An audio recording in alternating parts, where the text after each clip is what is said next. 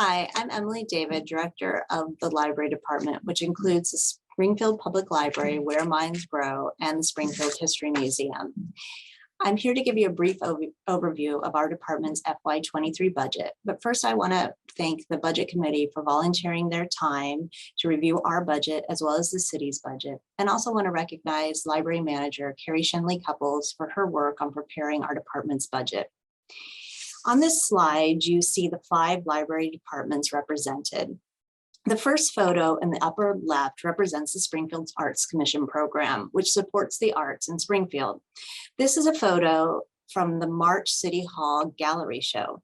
The commission was so excited to open the gallery in February of this year and start participating in the Second Friday Art Walks after a 2-year absence. This program contains the resources for the .5 staff Arts Commission liaison, the Heritage Arts Grant Program, City Hall Gallery curation, and maintenance of the downtown murals. The upper middle photo represents the museum program and shows the very successful illumination project being projected on the museum exhibit space wall. The project highlights the local immigrant experience and was made possible through many community partnerships, including with the Arts Commission. The photos and oral histories that were produced for this project will become part of the permanent collection of the museum, furthering the Springfield History Museum mission to foster an awareness of the history of Springfield, provide a link between the past and the present, and promote an appreciation for the diverse communities that call Springfield and rural East Lane County home. The budget for the museum provides funding for 1 full-time curator and a .5 engagement and outreach position, exhibit curation, care and maintenance of the artifact collection, and educational programming for all ages. Much of this programming is done in collaboration with the library. Library operations is where all the general fund personnel is allocated. Yes, that Pokemon crew really does work here. That was the Library Museum Halloween choice this past year. This creative crew enjoys getting dressed up, but the choices are deliberate. Pokemon books and videos are very popular with our patrons, and they are a great way to engage reluctant readers. This program also includes funding for marketing and development, as well as our volunteer program and tech subscriptions for library infrastructure. Library Collections is the program where we maintain our our digital and print collections.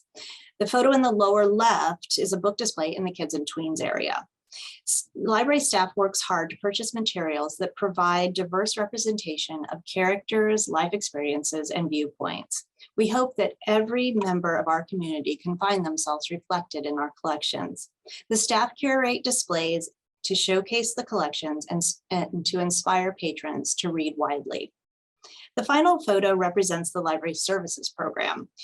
Here you see some of the staff at a pop-up library event. We target these events in areas identified as having underserved populations or populations that have barriers of access to library services.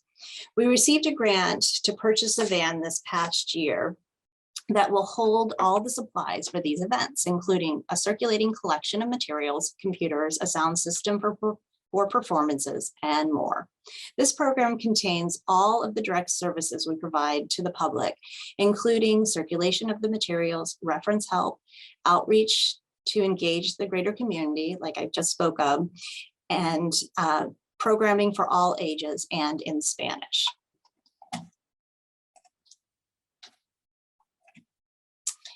This slide shows our library organization chart. And our department has 16 FTE. We've made a couple of changes this past year. The Arts Commission liaison responsibilities will be part of the duties of the engagement and outreach specialists. And we absorbed the .63 substitute budget to make a .5 technician position a full-time position. The library department is still dependent on subs to cover our service desks, so we will be looking for grant funds to cover this need. Along with the Arts Commission and the other BCs that are staffed out of the library and the museum, as we also see the Friends and Foundation groups listed here. Together, these groups provide oversight and funding support. The Lane Council of Libraries, or LCOL, is supported by the library tech specialists. And together with these libraries, we share an integrated library system, which allows us to share materials. The IGA, or Intergovernmental Agreement, for this pays a portion of the tech specialist's salary. The proposed budget for the library department this year is just over $2,377,000. Here you see that amount broken down by fund. The majority of the department funding comes from the 100 or general fund. The capital outlay is for collections. The 204 is our gift and memorial fund, where we receive donations and grant support for programs, collections, and special projects. And the 208, or transient room fund, room tax fund, provides funds for the museum and the Springfield Arts Commission staffing and budgets. This slide again highlights our support groups and volunteers because we really couldn't do what we do without them. We are dependent on volunteers to shelf our books, help with materials processing, and assist at programs. It is so great to have so many of our volunteers returning after 2 years away. Our use of volunteers was still limited this past year, and we anticipate that we will see more volunteer hours in the coming year in FY23. And the funds raised by the Foundation and Friends pays for the bulk of our programs and special projects, as well as enhances our collection. The Library Advisory Board successfully advocated for the removal of library late fines, which will benefit some of the most vulnerable patrons. The hurdles were high in FY22, but the accomplishments were many. As we focused on opening up more fully as COVID guidelines allowed, we worked to incorporate some of what was successful during the limited service times caused by the pandemic into our regular services. This includes continuing curbside service, providing digital cards for a fee to people outside of our service area who wish to solely access our online services, and providing a Zoom option for library card signups, as well as the very popular personalized picks. We also reopened the museum with the new exhibit spaces all on the same floor. The top photo here shows our newly remodeled story corner. By removing the risers, we have gained a space that is safer and more flexible. We can use this for story time and programs, and when it's not being used in those ways, it's a baby and toddler play area, and it is getting lots of usage. This creative re-imaging of the space was made possible with funds that were raised by the Springfield Public Library Foundation's annual Books and Brew event and by patron community donors. We continue to actively and successfully pursue grant funding for programming and special projects, receiving approximately $177,500 in grant funds this past year. This photo here of the wonderful Bhangra dancers highlights one of the many successful multicultural programming events that were held on the Fountain Plaza and made possible through an Oregon Community Foundation grant. Among the other grants received was one for ADA compatible technology from the University of Washington National Library of Medicine and the Dollar General American Dream Literacy Initiative to promote ESL and bilingual resources to the Latinx community through a partnership with Centro Latino Americano. Reopening the museum with updated exhibit spaces has been wonderful. In the top photo, we see Counselor Moe helping highlight the Glenwood Untold exhibit for the Register Guard article. This show, highlighting much of Glenwood's history that is not widely known, has been well received and especially appreciated by Glenwood residents. Digital access and digital tools continue to be in high demand. Some of the ways we are meeting this demand is by launching a new mobile catalog app. We added additional password protected and boosted Wi-Fi support in the library. This is very important as we have more and more people coming to the library with their own devices for work and school and leisure activities. We also updated patron accessibility by adding screen reading software with grant funding. This is part of that ADA technology grant, and doubled our Wi-Fi hotspots for circulation. The bottom photo shows one of the hotspots ready to be checked out. Among the many things that were highlighted during the pandemic is the community's need for access to reliable technology. We have about 30 hotspots now, and they are almost always checked out and have a waiting list. And we're working on adding some laptops for circulation as well.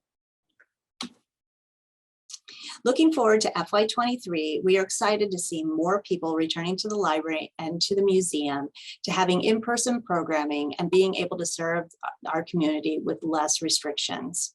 Here you see longtime library patron Carlos. He is standing next to one of our self-check machines. Approximately 70% or higher of our patrons' checkout transactions are run through these self-check machines. They are an integral part of our service model. The current machine's service warranty is ending, so we will need to be purchasing new machines this year. The Foundation's Books and Brew event this year raised enough money to fund this purchase. We will also be replacing our public internet computers in this fiscal year. We will be updating our 5-year strategic plan using the lenses of inclusion, diversity, equity, accessibility, and anti-racism, as well as that of sustainability and fiscal responsibility. We are in our 5th year of having the museum as part of our department, and we continue to work to coordinate our services and have established some very successful collaborative programming. We want to reflect this effort in our strategic plan as well. We are excited to be receiving American Rescue Plan Act funds for a much needed partial remodel of our library.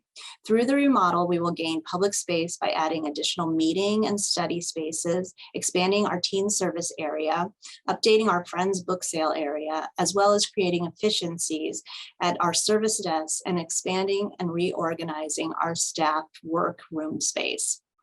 We plan to have grant support that will allow our technical specialists to increase the support to our other Lane County libraries that share our library catalog.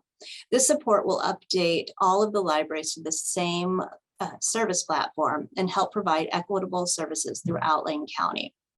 Because we share a catalog and lend our collections, what happens in the other libraries also affects the patrons here in Springfield. Through a grant from the Mills Davis Foundation, we plan to continue our work engaging underserved community members through facilitated focus groups. By asking community members what their needs are and what barriers they face, we will be able to focus our service model to support the identified needs and access to services for everyone in the community. In the coming years, as we work on the remodel of the library and finish up details of the update to the museum, we will use the ADA compatibility lens to again ensure accessibility in both locations, considering entrances, furniture, technology, and layout. The museum still needs some safety and environmental upgrades, including fire suppression, secure external doors, seismic upgrades, and temperature and lighting control for collection preservation. The top photo here shows an outreach event at a migrant ed location. This is an example of how we are working to meet people where they are and engage them in library services. Through this outreach, we continue to identify and respond to need, as well as to work to make sure the whole community knows what services are available at their library. We just found out a few days ago that we received the Human Rights Leadership Award from Springfield's Alliance for Equity and Respect for the work that we do to serve marginalized populations. I am so proud of our team for this incredible work, and we will continue to focus on this work in the coming years. Budgets are always a consideration. To offer a sizable downloadable book collection and with expansive access, the library pools purchasing with a statewide consortium for Library to Go. In addition, the library works with the Lane Council of Libraries to share costs of additional ebooks and audiobook collections. Costs increase annually a minimum of 5%, with a possible projection of 15% toward increased content. The library also provides online subscriptions to a variety of resources to support personal enrichment, enjoyment, and lifelong learning. E-collections are now core library offerings, but about 80% of our overall circulation remains physical materials. We are stretching our budget to cover all of these needs.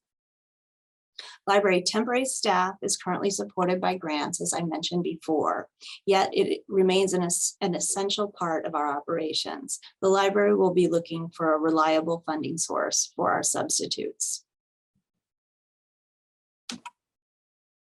This last photo we included because it captures so much of what library staff, volunteers, and library users have faced in the last 2 years.